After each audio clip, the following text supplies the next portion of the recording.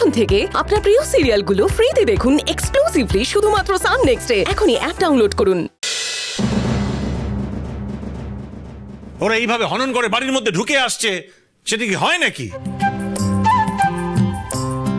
যাও, আগে বরণটা তো করো, তারপর না হয় ওরা বাড়িতে ঢুকবে। আমি এক্ষুনি বরণডালা সাজিয়ে আনছি। যাও যাও যাও। কিরে, হ্যাঁ কেমন চমকে দিলাম বল। হ্যাঁ কিরে, বুকটা ডিপ ডিপ করছে কিনা বল বল। হ্যাঁ আরে ওদেরকে কি বলছিস রে?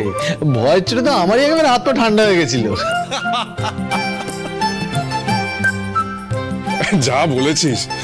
আরে স্বর্ণ, কি করে হলো এসব? কি করে আবার? আমার বউ মানে আমার আপন বউ, তাকে যদি কেউ বিয়ে করতে আসে আমি ছেড়ে দেবো নাকি? হ্যাঁ, এতই সহজ? কথাটা যেন মনে থাকে। এরপরে যদি কোনোদিন কলিকে কষ্ট দাও তাহলে দেখবে এই মেজ বৌদি হয় না, কান ধরে মুড়ে দেবো। যথা আজ্ঞা। কি হচ্ছেটা কি এখানে?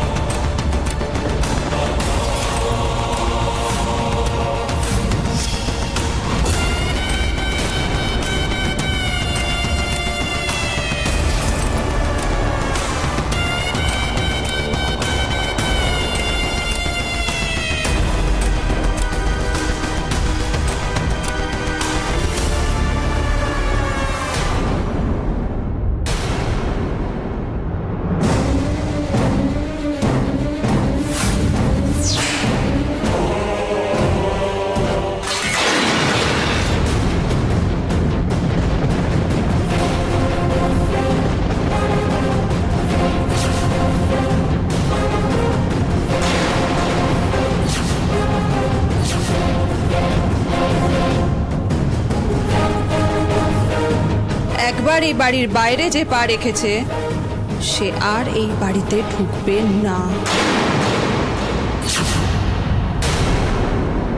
ঢুকবে না মানে? ইয়ে বড় বৌদি, আপনিও কি মেজদার মতো মজা করছেন? তোমার কি মনে হচ্ছে মজা করছি? এটা মজার বিষয়?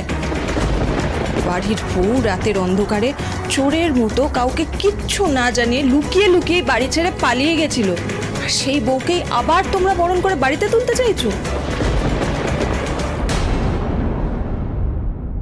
মানে তোমাদের মান সম্মান শরম লজ্জা কিচ্ছু নেই না? সব নষ্ট হয়ে গেছে।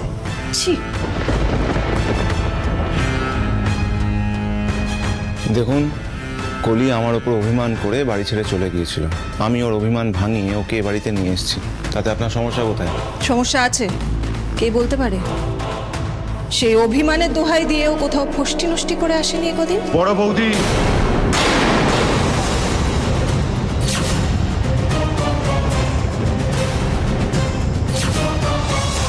সেই বউকে তুমি আবার ঘরে তুলতে চাইছো স্বর্ণ? পুরুষত্ব বলে কি কিছুই নেই তোমার মধ্যে? বড় বৌদি, কলির চরিত্রের ব্যাপারে আর একটা খারাপ কথা বললে আমার থেকে খারাপ কেউ হবে না, বলে দিলাম। একদম চুপ।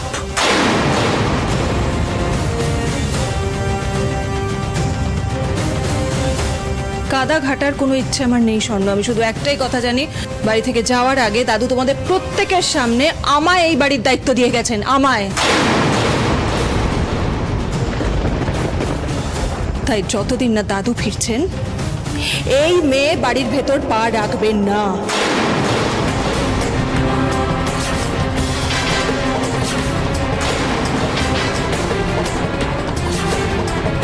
পা রাখবে কিনা আমরা বুঝবো, দেখি কে আটকায় আমায়। চলো। দাঁড়াও।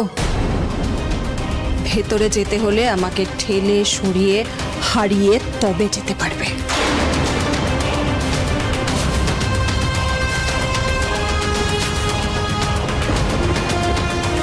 এটা কি করছেন আপনি?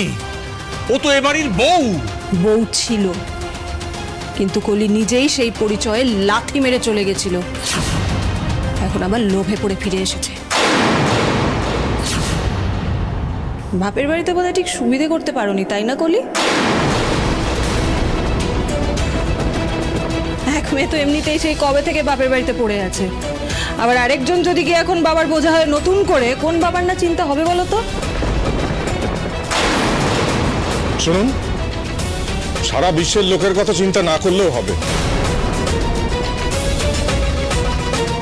আপনি বরং এটা চিন্তা করুন, আমি ওদের বরণ করে ঘরে ঢোকালে আপনি আমায় আটকাবেন কি করে?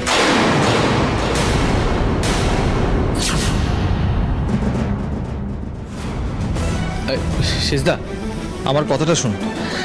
দেখ, বড় বৌদি যখন এই কথাটা বলছেন তখন কিন্তু ভেবেচিন্তেই বলছেন। আমাদের ওনার কথা শোনা উচিত।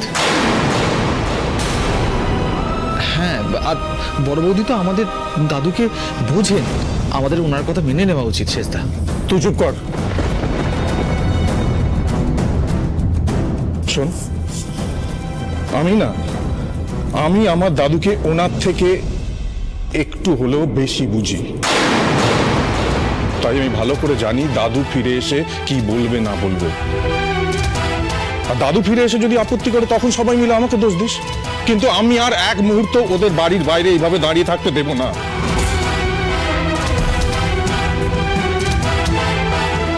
মেজদা, হ্যাঁ, প্রদীপটা জ্বালিয়ে দে।